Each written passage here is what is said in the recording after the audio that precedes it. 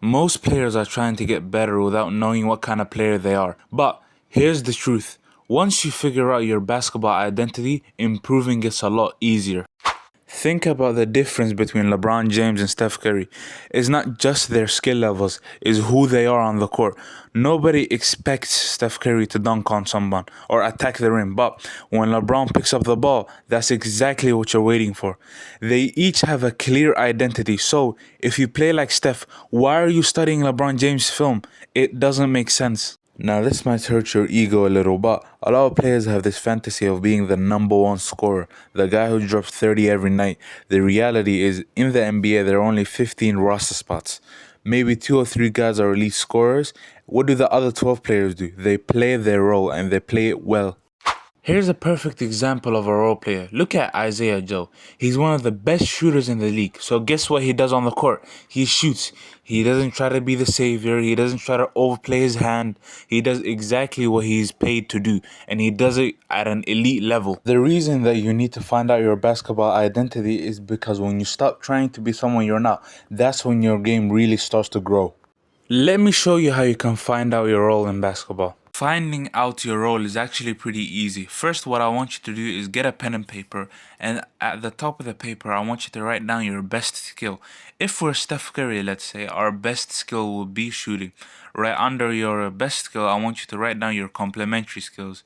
These are the skills you need so that if, let's say, we're a shooter, right? If the defense takes away our shooting, we're going to fall back on ball handling and finishing. And right underneath your complementary skills, I want you to write down the skills that you need for your position. Let's say if I'm a point guard, I need to be able to play some defense and I need to also be able to pass. And let's say if I'm a center or a power forward, I need to be able to post up and also protect the rim. Why do we need to do this? The reason is most players show up to their workouts and work on whatever they want or whatever they feel like on that day. But with this, you have a priority system. Your primary skill gets the most time. This is the skill that you build your game around, and that's what you need to protect and develop first. Your complementary skills get the second most amount of time. These are the skills that you need so that if your primary skill doesn't work, you can fall back on them and still be productive and have impact on the court.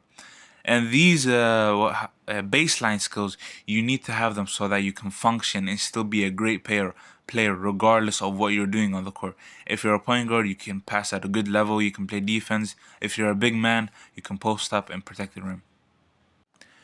After this exercise, you know that you need to spend your most time on your primary skill, the most time on your secondary or complementary skills, and then the least amount of time on your baseline skills.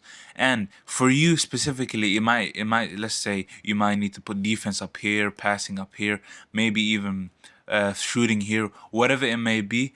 After this exercise, you know that you have a priority system. You know that you need to work out on your main skill the most, the second most, and then the third most. So grab the pen and paper, build your skill tree, and get to work.